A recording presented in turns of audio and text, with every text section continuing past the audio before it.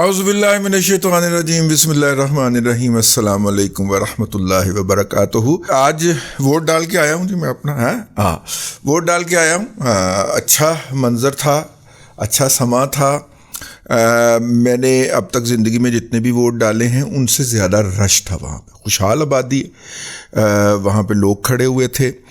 उनमें से बहुत सारे लोग जो थे वो अपना तारुफ करवा रहे थे, बहुत सारे कुन्ने बने हुए थे, कोई वैसे ही खप पाई जा रहे सब लाइन में खड़े होकर जल्दी करो, जल्दी नहीं करन डे। पोलिंग का स्टाफ जो था वो भी थोड़ा सा स्लो था, आप कह सकते हैं, मतलब कि वो ज़्यादा तेज़ी से कर सकता था, लोगों को अकोमोडेट नहीं कर रहा था, सुकून से काम कर रहे थे।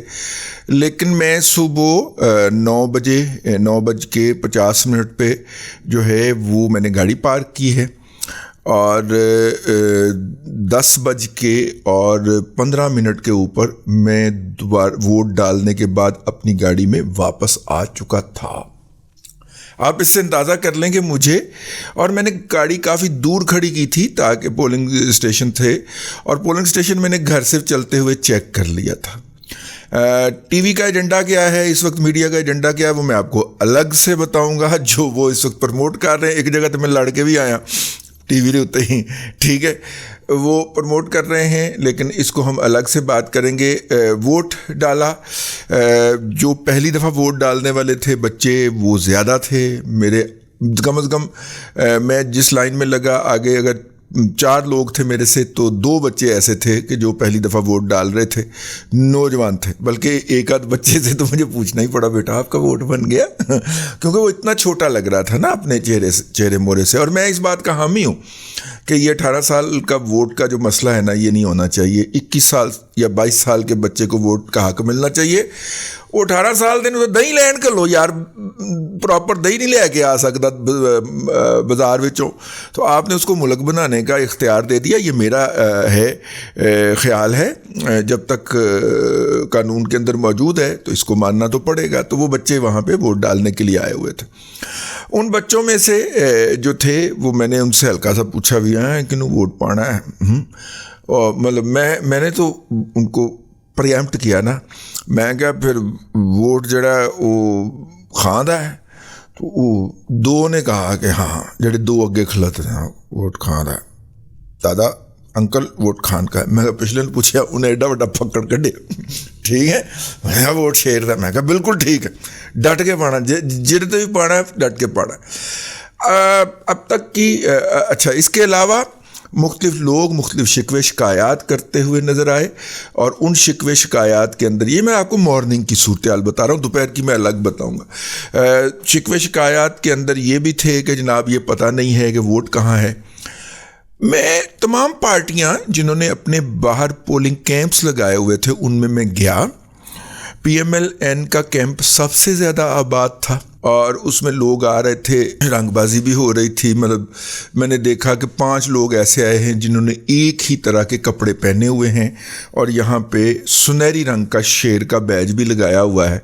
मतलब एक ही डिज़ाइनर से सिलवा के एक ही रंग के उन्होंने सब ने पैंट और कोट पहने हुए हैं, एक ही तरह की टाइयाँ लगाई हुई हैं और ऊपर बैज लगा के जी हम वोट डालने आए हैं, और वो PMLN के कैंप में खड़े हुए थे। अच्छा, इसके अलावा मतलब वैसे वो जो उन्होंने पर्ची बनाने के लिए बंदे बैठाए हुए थे, रज के नलायक रखे थे, लेकिन रश वहाँ पे ज़्यादा था। उसके बाद दूसरी जो रौनक मैंने देखी है वो जमात इस्लामी के कैंप में देखी है। हस्बे साबक बहुत ऑर्गेनाइज्ड लोग थे, मैंने भी पर्ची उत्थे ही बनवाई और उनको पता था कि उनका काम क्या है। तीसरी रौनक भी लगी हुई थी और वो थी TLP के कैंप के ऊपर। और अगर मैं 9:50 पे अंदर दाखिल हुआ हूँ तो इसका मतलब 9:45 बजे मैं पर्ची बनवाई होगी, और पहले मैं कोई 10 मिनट ज़ाया किए हैं मैंने PMLN के कैंप पे खड़े होके। उन्होंने पता ही चल रहा सी वो पर्ची किमें बनानी। फिर मैं चला गया जमात इस्लामी के कैंप के ऊपर, उन्होंने 1 मिनट के अंदर पर्ची बना के मेरे हवाले कर दी। और TLP के अंदर भी जो लोग बैठे थे उनको मैं दोबारा पर्ची बनाई, उन्होंने भी बड़ी एफिशिएंसी के साथ पर्ची बना के दी। इसका मतलब है उन्हें भी पता था कि काम कैसे करना है। पाकिस्तान पीपल्स पार्टी का कैंप भी लगा हुआ था जी वहाँ पे, और पाकिस्तान पीपल्स पार्टी के कैंप के ऊपर अल्हम्दुलिल्लाह ख़वातीन वाले कैंप के ऊपर भी और हजरात वाले कैंप के ऊपर भी अभी लोग आ रहे थे, टेबल लगा रहे थे। अंदर गए जी, अंदर जाके हर कोई अपनी तरफ से अंदर टीएलपी के और जमात इस्लामी के बच्चे फिर रहे थे जो आपको बता रहे थे कि आपका कमरा कौन सा है, आपका वोट किस कमरे में है। वहाँ पे एक ही प्रेमिसेस के अंदर ज़्यादा सारे पोलिंग बूथ बने हुए थे, तो वो आपको पोलिंग बूथ की तरफ गाइड कर रहे थे। ये भी अच्छी बात थी। वहाँ पे पीएमएलएन का भी और पीपल्स पार्टी का भी और पीटीआई का कोई बंदा नज़र नहीं आया। अच्छा, जब आप वहाँ पे जाते थे वोट डालने के लिए, तो जितने भी लाइन के अंदर खड़े हुए थे लोग, वो इस बात के ऊपर मुत्तफिक थे जिन्होंने पहले इलेक्शनों में वोट डाल रखा था कि आज टर्नआउट ज़्यादा है। ठीक है, इस बात में किसी को शक नहीं था। और ये खुशहाल इलाके के मैं इलाके की आपको बात बता रहा हूँ। आगाज़ बहुत अच्छा हुआ है जी, और सुबह सुबह वोटिंग पैटर्न भी अच्छा था, लाइनें भी लगी हुई थी और तमाम तर जो होते हैं। लेकिन एक बात जो थी वो ये थी कि जिन 2 पोलिंग